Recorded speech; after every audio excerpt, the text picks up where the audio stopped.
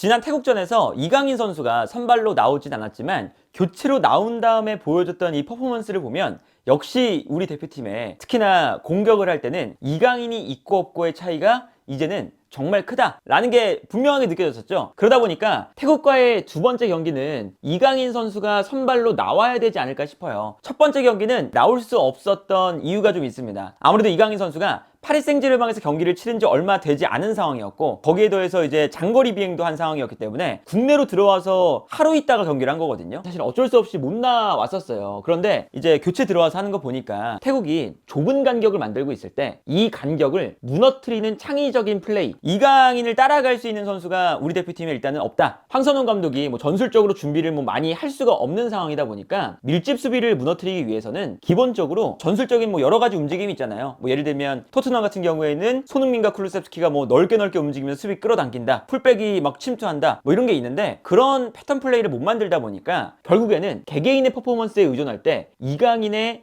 창의적인 플레이, 이강인이 볼을 잡았을 때 이 사이사이 공간에서 정말 상대 수비를 흔들어 놓으면서 이 전형을 무너뜨리는 거, 이게 우리 대표팀에게는 태국을 상대할 때 강력하게 필요한 포인트가 될 것 같거든요. 그리고 기본적으로 어떤 게 있냐면, 태국이 수비 라인을 좁게 형성하고 있는데 이 수비 라인이 다소 올라와서 형성될 때가 많아요. 그래서 우리의 홈 경기였는데도 불구하고 특히나 전반전 초반쯤에는 김민재라던가 김영건이 볼을 잡았을 때 태국이 엄청나게 올라와서 전방 압박을 막 했었죠. 그래서 초반에 한 10분, 15분 정도는 우리보다 태국이 점유율을 더 많이 가져갔어요. 이제 그런 걸 보면 아마 태국이 본인들의 홈에서는 더 강력하게 압박을 과감하게 해볼 가능성이 있습니다. 그러면 여기서부터 이제 이강인의 필요성이 나타나는 건데, 파리 생제르맹에서도 보면 일단 탈압박을 할 때 기점 역할을 정말 기가 막히게 해줘요. 그러니까 파리 생제르맹도 이제는 이강인에게 편안하게 정말 아무 생각하지 않고 먼저 패스를 주거든요. 왜 그러냐? 상대가 라인을 올려서 전방 압박할 때 일단 이강인한테 주면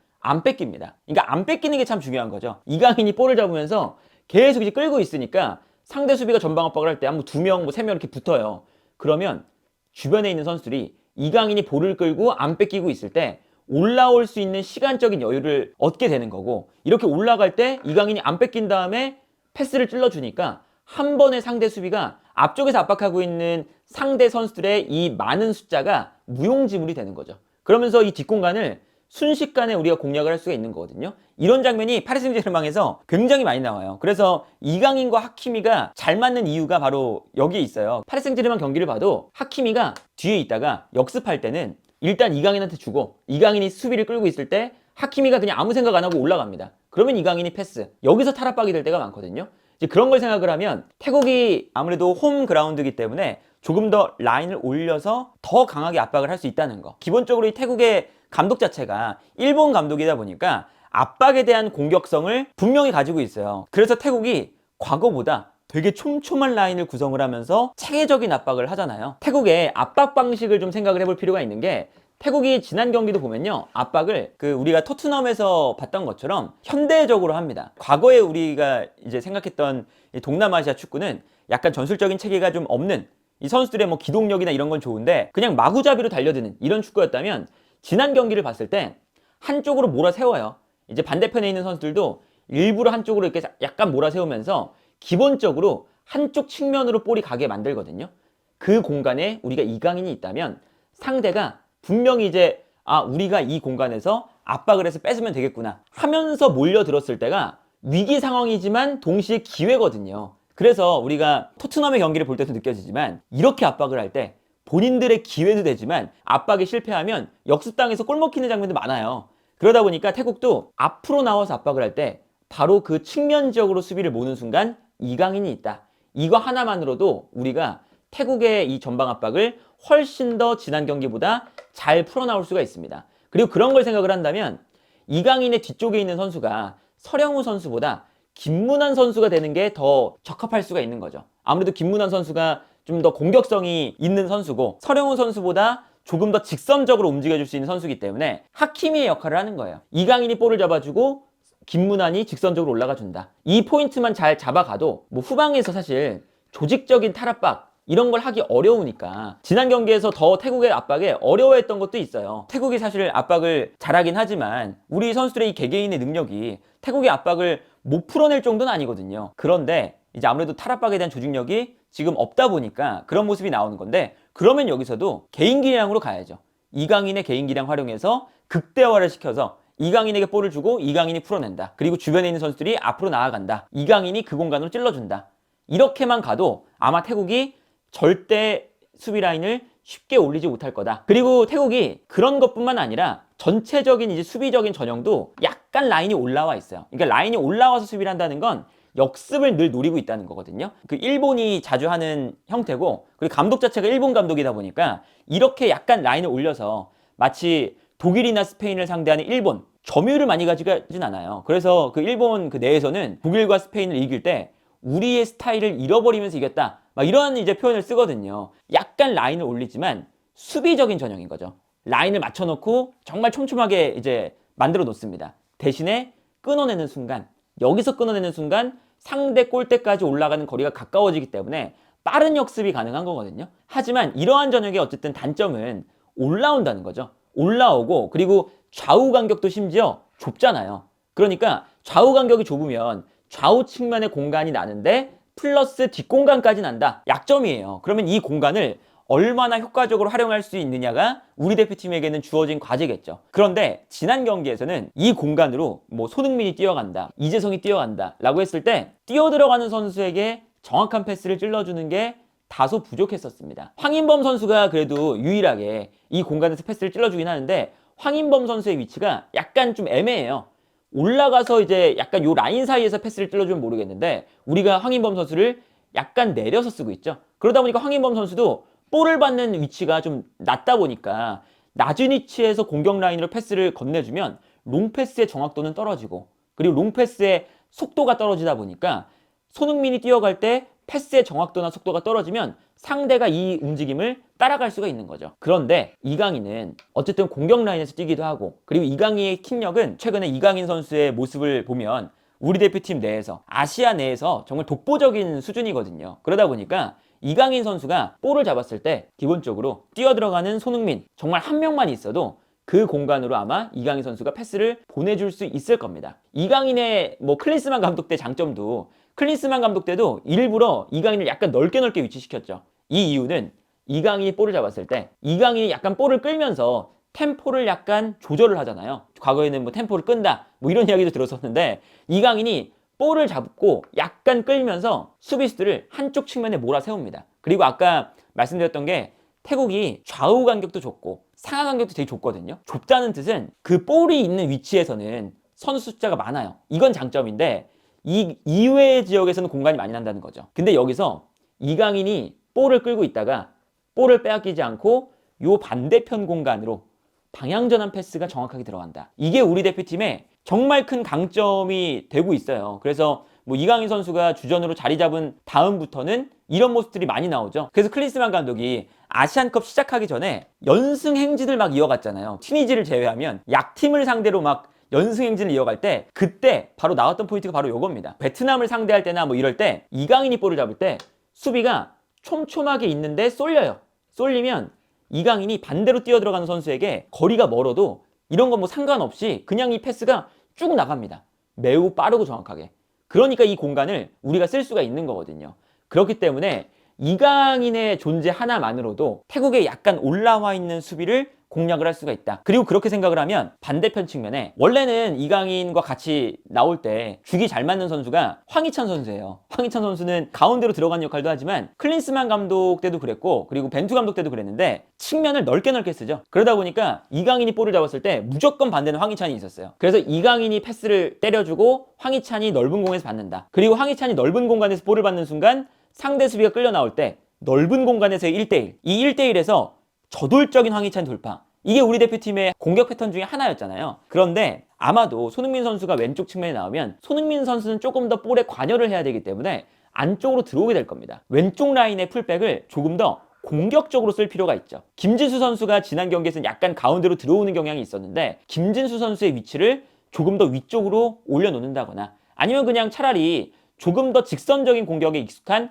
이명재 선수를 선발 출전시켜서 이명재를 이 라인 끝에 둔다거나, 그래서 이강인이 이 넓은 공간으로 패스를 보내줄 때 누군가는 한 명 이 공간에 있을 수 있도록. 이게 다음 경기에 이강인 선수가 만약에 선발로 나오면 우리가 필수적으로 해야 되는 플레이 패턴이다 라고 할 수가 있겠고요. 그리고 사실은 밀집 수비를 상대할 때도 뭐 당연히 마찬가지예요. 밀집 수비를 상대할 때 지난 경기도 그랬지만 태국이 동점골을 넣는 순간 그냥 다 들어갔거든요. 라인 올리지 않고 약간 내려갔어요. 심지어 5명 혹은 6명까지 이제 수비 라인 만들었었죠. 진짜 완전 밀집 수비를 하니까 우리가 이 공간에서 뭐 만들어가는 플레이를 못했어요, 사실. 그때 이강인이 들어와서 유일하게 이강인이 이 공간을 흔들어줬죠. 이강인이 볼을 잡은 다음에 요 사이사이 공간을 패스를 찔러준다거나 아니면 이강인이 뭐 아까처럼 볼을 잡았을 때 그 트레이드 마크 같은 거고 대표팀의 또 하나의 컨셉 중에 하나인 건데 우리가 사우디아라비아전이라던가 호주전 이럴 때 이강인이 일단 볼을 잡아요. 그러면 쏠립니다. 왼쪽 측면 공격수도 일부러 안쪽으로 들어가줘요.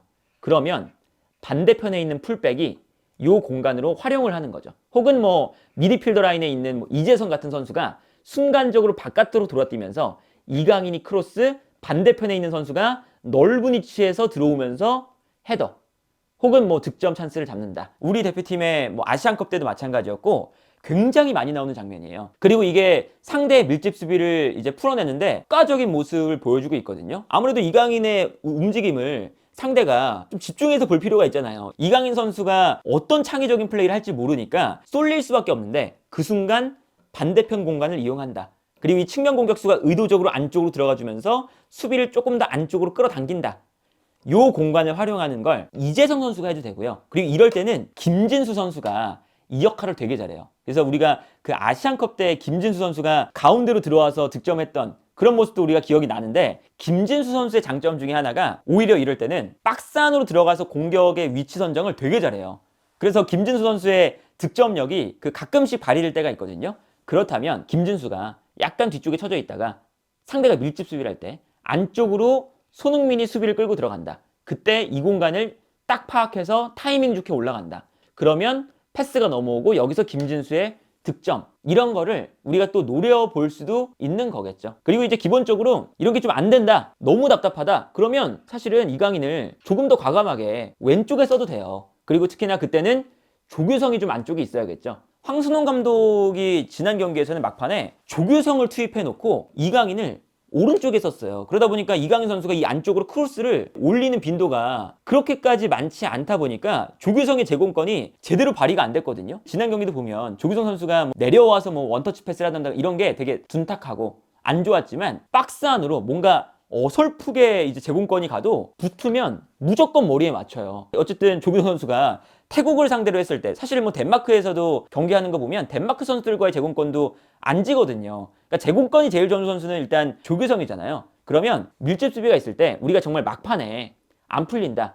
그러면 이강인을 왼쪽에 두고 크로스 올리는 걸로 가도 되죠. 사우디아라비아도 극적으로 잡는 계기가 됐었고 그리고 뭐 월드컵 때는 가나를 잡는 계기가 됐었잖아요. 그래서 좀 안 풀린다 싶으면 이강인의 이 날카로운 크로스, 킥력을 활용해서 이강인을 왼쪽에 두는 것도 황선홍 감독이 하나의 옵션으로 좀 생각을 해줬으면 좋겠다. 그리고 마지막으로 일단 이강인을 선발로 썼을 때 기대가 되는 건 손흥민과 이강인의 호흡이 다툼이 좀 있었지만 아시안컵 전부터 호흡을 맞춰가는 시간이 계속 늘어나니까 두 선수의 움직임이 되게 좋아요. 조합적으로 되게 좋습니다. 뛰어가는 손흥민, 패스를 찔러주는 이강인. 선수의 유형만 생각을 한다면 이 두 선수의 조합은 정말 좋거든요. 그러다 보니까 뭐 지난 경기에서도 이런 장면이 있었죠. 뛰어들어가는 손흥민, 찔러주는 이강인. 이 패스로 한번 무너뜨리는 장면이 있었잖아요. 그렇다면 우리가 이강인을 선발로 내세웠을 때 상대가 약간 올라오니까 공간도 좀 나와 있는 상태고 이강인을 조금 더 자유롭게 움직이게 만든 다음에 손흥민에게 조금 더 뛰어들어갈 수 있는 공간을 만들 수 있는 움직임 자체가 필요하다. 그리고 이제 그 움직임은 이재성이라던가 왼쪽 라인에 있는 김진수나 이명재 이 선수들에게 좀 있어요. 이 선수들이 뭐 첫 번째 득점이 지난번에 나올 때도 이재성 선수가 막 뛰어가면서 손흥민에게 공간을 만들어주잖아요. 그런 것처럼 어쩔 수 없이 손흥민에게 수비가 붙어있기 때문에 주변에서 계속 움직여주면서 수비를 좀 끌어냅니다. 끌어내는 순간 이 공간으로 패스를 정말 기가 막히게 찔러줄 수 있는 선수가 바로 이강인이니까 뛰어들어가는 손흥민, 패스를 찔러주는 이강인 요 한 번만 나온다면 아시안컵 때 정말 안 좋은 이야기들이 많았지만 두 선수가 득점만 만들어낼 수 있으면 그 얘기는 한 번에 해소가 될 수가 있다. 그래서 이강인 선수가 다음 경기는 너무나 당연하게도 선발로 나와야 되는 자원이고요. 지난 경기도 아, 이강인이 선발로 나왔다면, 체력적인 부분이 조금 더 괜찮았다면, 파리 생제르맹이 약간 먼저 경기를 치러서 이강인이 경기를 나올 수 있는 상태였다면 훨씬 더 좋았겠다 라는 생각이 들었던 경기였어요. 그래서 이번 경기는 이강인 선수가 어쨌든 선발로 나올 테니까 이강인의 이 패스 공급에 대한 역할, 탈압박에 대한 역할, 혹은 밀집 수비를 무너뜨리는 창의적인 킥력, 특히나 세트피스, 이강인이 이끌어가는 이 대표팀의 공격에 태국의 그런 수비를 무너뜨릴 수 있을까라는 걸 좀 기대를 해봐야 되고, 원정이기 때문에 태국이 조금 더 까다롭게 나오긴 할 건데, 제 생각에는 이강인이 있기 때문에 오히려 결과는 더 좋을 가능성이 높아 보인다 라는 생각이 들고요. 이강인 선수도 여러 일들이 있었지만 다시금 이제 대표팀에서 좋은 모습을 보여준다면 팬들을 위한 일이니까 이강인 선수가 이번 경기에 정말 좋은 모습으로 이번 태국전을 승리로 이끌기를 한번 기대해 보도록 하겠습니다.